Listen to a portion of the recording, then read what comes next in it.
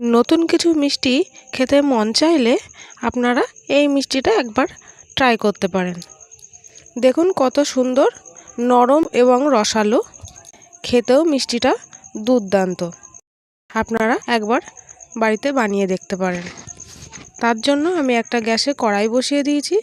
কড়াইতে আমি 150 গ্রামের মতো জল গরম করে নিয়েছি, উষ্ণ গরম।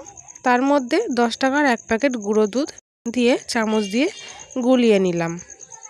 এবারে কড়াইতে আমি 1 চামচের মতো ঘি গরম করে তার মধ্যে 150 গ্রামের মতো সুজি দিয়ে দিলাম। 150 গ্রাম সুজি দিয়ে দিলাম। সুজিটা আমি ঘিয়ের সঙ্গে ভালো করে ভেজে নেব। লাল করব না, কিন্তু মোটামুটি লাল হওয়ার আগে পর্যন্ত আমি ভেজে নেব। আর ফ্লেমটা অবশ্যই লোতেই থাকবে। ভালো করে ভাজা হয়ে গেছে।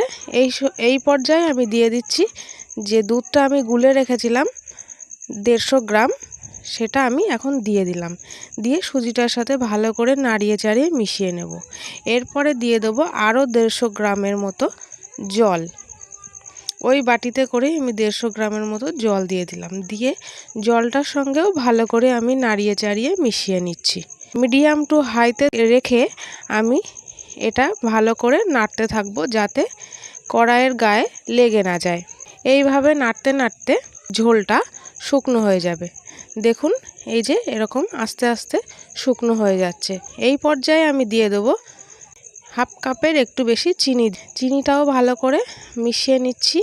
আবারও আমি আরেকটু শুকনো করে নেব। এই যে শুকনো করে নিলাম। এবারে আমি একটা থালায় নামিয়ে নিচ্ছি। এরকমই শুকনো করতে হবে। যে দেখুন বন্ধুরা, যে খুন্তি থেকে ছাড়াতেই চাইছে না। এরকম শুকনো শুকনো করে আমি এখন একটা থালায় নামিয়ে নিয়ে আমি খুন্তির সাহায্যে এইভাবে পাতিয়ে দেব পুরো থালাটায়। পুরোপুরি ঠান্ডা করা যাবে না, একটু গরম অবস্থায় আমি মেখে নেব। ঠান্ডা হয়ে গেছে। এবারে আমি হাত দিয়ে এইভাবে মেখে নিচ্ছি। ঠান্ডা কিন্তু পুরোপুরি হয়নি, অল্প অল্প গরম আছে। এই পর্যায়ে আমি হাত দিয়ে এরকম করে চেপে চেপে উল্টে পাল্টে আমি এরকম করে মেখে নেব। যতটা ভালো মাখা হবে মিষ্টিটাও তত সুন্দরভাবে রেডি করা যাবে। এরকমভাবে আমি আস্তে আস্তে মেখে নিচ্ছি। এই পর্যায়ে আমি দিয়ে দেবো 2 চামচের মতো চালের গুঁড়ো। আবার একই রকমভাবে মেখে নেব। মাখতে মাখতে একটা ডোয়ে পরিণত হবে। দেখুন কত সুন্দর ডো তৈরি হয়ে যাচ্ছে। এই পর্যায়ে আমার হাতের সঙ্গে আর লেগে যাবে না। এবারে এই ডোটা আমি অন্য একটা প্লেটে তুলে নেব।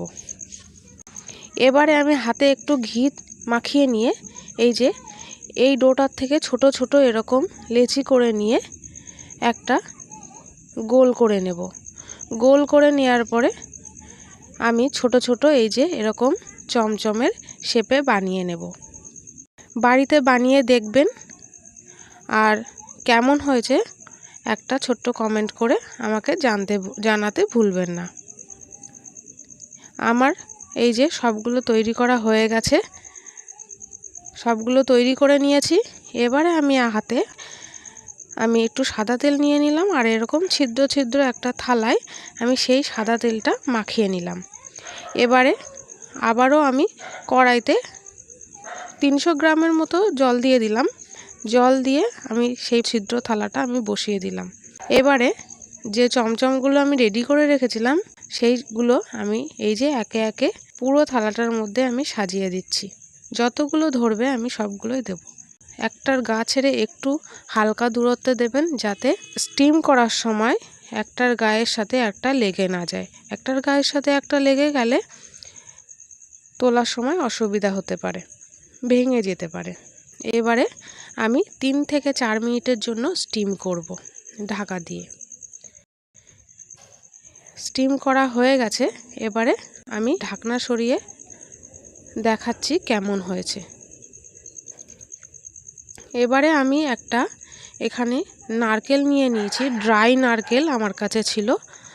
আপনারা চাইলে যে কোনো দোকান থেকে কিনতে পারেন বা মল থেকেও কিনতে পারেন। এখন ড্রাই নারকেল আমি টুকরো করে নিয়ে মিক্সির জারে দিয়ে এরকম গুঁড়ো করে নিয়েছি। সেই মিক্সির জার থেকে আমি গুঁড়োটা একটা বাটিতে নামিয়ে নিচ্ছি। এই যে নামিয়ে নেওয়া হয়ে গেছে। এবার স্টিম থেকে আমি পুরোপুরি নামিয়ে নিয়ে চলে আসলাম। এবারে এই অবস্থায় আমি এই যে গুঁড়োটা একটা প্লেটে নামিয়ে নিচ্ছি। এবারে স্টিম করা চমচমগুলো আমি এই নারকেলের গুঁড়োর মধ্যে এভাবে গায়ে মাখিয়ে এরকম কোট করে নেব। এই যে এরকম কোট করে নিলেই তৈরি হয়ে গেল দারুণ স্বাদের এই রেসিপিটি।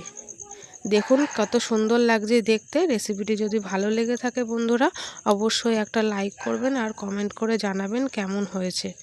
ভালো লাগলে লাইক, কমেন্ট, শেয়ার করবেন। শেষ পর্যন্ত ভিডিওটি দেখার জন্য ধন্যবাদ। আবার আসবো অন্য কোনো ভিডিও নিয়ে।